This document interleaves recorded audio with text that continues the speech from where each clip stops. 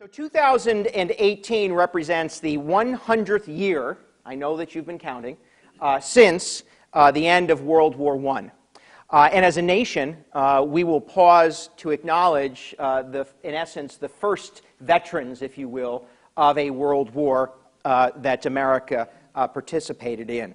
So 2018 is to be acknowledged both nationally and it will be acknowledged locally as the year of the veteran.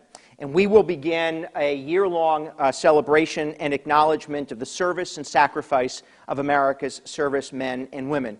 On the screen, you'll see one of the historic photos that will be part of a promotion and effort undertaken by the Dutchess County Historic Society in partnership with the county historian, showing then Assistant Secretary of the Navy, he might look familiar to you, Franklin Delano Roosevelt, one of Dutchess County's own, of course, one of our finest sons, if you will, just before, less than 2 years before being stricken with polio, as he participated in the return home parade, if you will, on Main Street in the city of Poughkeepsie. So 100 years later, as we acknowledge the service and sacrifice of America's servicemen and women, we'll partner, as I said, with the Historic Society to participate in a year-long World War I centennial commemoration. This will include events, including, by the way, a veterans parade to replicate this very return home of Dutchess County's veterans at that point in time. So the county will commit to work in partnership with the Historic Society, along with their efforts to highlight stories of service and sacrifice right from those veterans. So Dutchess County's veterans offering up their own stories and tales to be recorded and promoted. And we'll participate in this countywide commemoration. I want to acknowledge Denise Van Buren and Sheriff Butch Anderson, who will join me as co-chairs of Dutchess County's Year of the Veteran and acknowledgement of the service and sacrifice of our servicemen and women. Now, additionally, this budget, again, with the idea of showing you what our priorities are, dedicates additional resources to respond to and support Dutchess County veterans. And we've said this before, you know, historically those men and women that came home 100 years ago and then since, you know, they returned home. Many were celebrating the return, some not, and that ought to be acknowledged.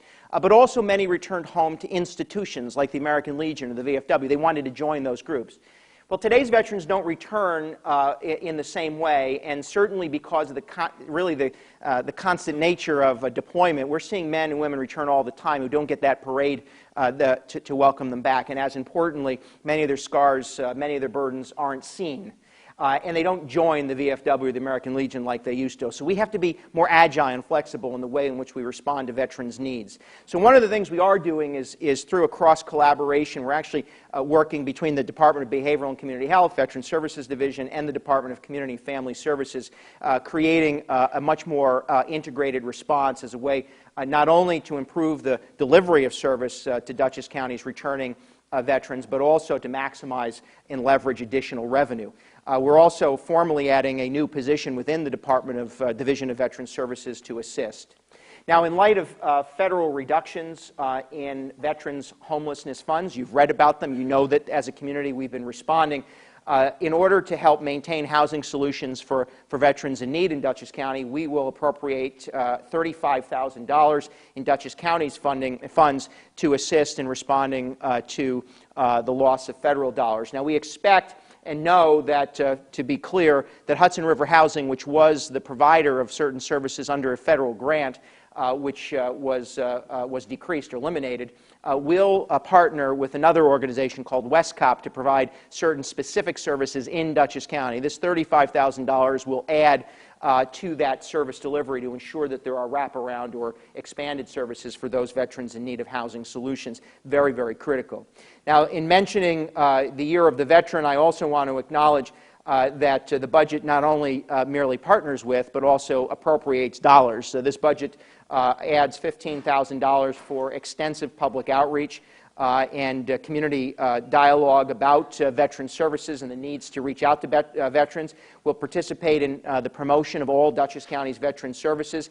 Additionally, this year we're going to host a special recognition event for Gold Star families, acknowledging the supreme sacrifice and loss of moms and dads and family members who don't get to welcome their mothers, their sons or daughters or family members back home. And later next year, we'll host a special recognition for Gold Star families.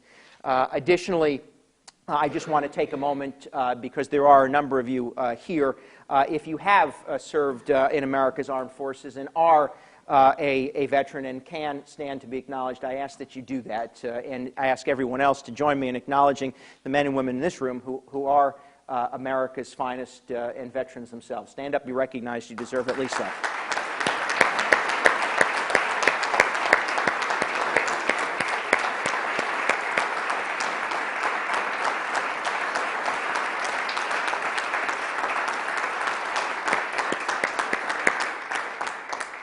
And I do want to acknowledge the great work of Nelson Rivera and the Division of Veterans Services. The challenge continues to mount on that department or that division as we provide service, and we're very, very grateful, Nelson, for all of your hard work over all of these years. Thanks very much.